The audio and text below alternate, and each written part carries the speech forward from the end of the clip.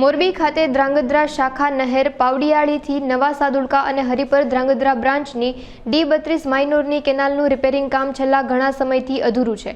હવે ખેડૂતોને પાણી આપવાનો સમય નજીક આવી ગયો છે, તેથી કેનાલની કામગીરીનું નિરીક્ષણ કરવા ખેડૂતો અને આગેવાનો સાથે ધારાસભ્ય કાંતિ અમૃત્યાએ સ્થળની મુલાકાત લીધી હતી અને કામની ગોકળગતિ જોઈને ધારાસભ્ય કાંતિ અમૃત્યાએ અધિકારીઓને તાત્કાલિક ઝડપથી કામ પૂર્ણ કરવા માટે સૂચના આપી હતી। આજથી 10 દિવસ પહેલા અધિકારીને બોલાવ્યા હતા। અત્યારે આપણી 3 કેનાલ મોરબીને મળે, એક માળિયા કેનાલ, એક સાદુરકા અને એક મચ્છુ 2 માં। એ કેનાલ પહેલી વાર એવું બન્યું કે આપણે 2.5 મહિના બંધ રાખી, એટલે ખેડૂતને પૂછીને બંધ રાખી અને મચ્છુ 2 ના દરવાજા રિપેર કરવા જ્યારે હોનારત આવ્યું તે પછી દરવાજા રિપેર નથી થયા અને લગભગ 45 વર્ષ થયા। 5 વર્ષ ડેમ બનાવતા વાર લાગ્યો, 40 વર્ષે રિપેરનો એની ટાઈમ લિમિટ 30 વર્ષ હોય છે।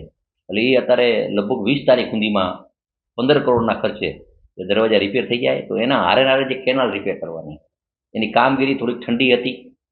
ખેડૂતે રજૂઆત કરીને આધારે જઈએ, કાલે હું ચેક કરવા ગયો કેનાલ ઉપર, ખરેખર ખેડૂત સાચા હતા કે જોયું મેં કે કેનાલનું જે કામ છે એ કામ ધીમી ગતિ હાલે, એટલે એને ઝડપી કરાવવા માટે કાલે કેનાલની મુલાકાત લઈને સેક્રેટરી સાથે વાત કરી, ચીફ એન્જિનિયર સાથે વાત કરી। કાલે એસીની બધા ડિપાર્ટમેન્ટ દોડતા થઈ ગયા અને 3 કેનાલ લગભગ 20 તારીખ સુધીમાં આ ક્લિયર રિપેર કરી દેશે અને 15 તારીખે દરવાજા રિપેર થઈ જાય। 15 થી 20 તારીખે દરવાજા રિપેર થઈ જાય, કારણ કે અત્યારે જાગૃત રહેવું પડે। ખેડૂતને જરૂર છે, મોરબીને પીવાના પાણીની પણ જરૂર છે, કારણ કે મચ્છુ 2 ખાલી કર્યો છે, તો મચ્છુ 2 માં જલ્દી પાણી આવે, રિપેર થઈ, અને એના માટે અધિકારી હારે મિટિંગ કર્યા પછી કેનાલ ઉપર આપણે સરપ્રાઇઝ ચેકિંગ કર્યું। હા, એ તો નહીં નબળું થશે તો ગમે અટકાવી દેવાના, એવું નથી।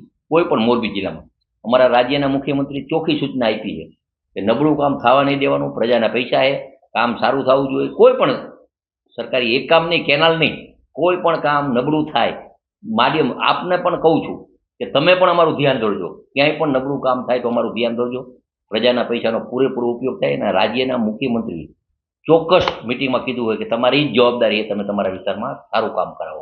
એ મેં નક્કી દરવાજા 15 કરોડના છે, કેનાલના અલગ અલગ પેકેજ છે। 3 કેનાલ આપણને મળે છે, કિલોમીટર 2 કિલોમીટર એ રીતે પેકેજ છે, અને જેમ કામ થાય ને એમ પૈસા આપશે। અને એ કામ થયા પછી 3 કેનાલ ઉપર અમે ચેકિંગ કરશી અને પછી જ એને બિલ દેશી।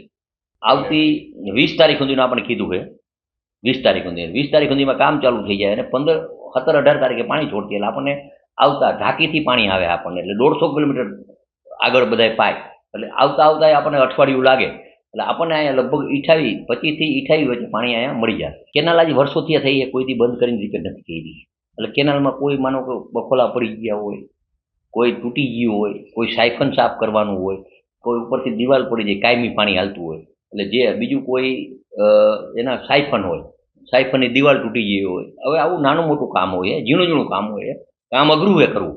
એક જગ્યાએ કામ કરવું તો 100%, એમાં અધિકારી સાચા છે, કોન્ટ્રાક્ટ કામ અઘરું હોય, કારણ કે આમ 100 કિલોમીટર સુધી કામ કરવાનું હોય અને એક જગ્યાએ ન કરવાનું હોય, જ્યાં તૂટ્યું અહીંયા કરવાનું, પણ ઝડપી અત્યારે કરે છે। કાલે એસી આવી ગયા હતા, ચીફ એન્જિનિયર સેક્રેટરી સાથે વાત થઈ અને ઝડપી કામ કરે, અને મને એને ખાતરી આપી કે તમે અઠવાડિયા પછી રાઉન્ડ મારજો અને કામ થઈ જશે।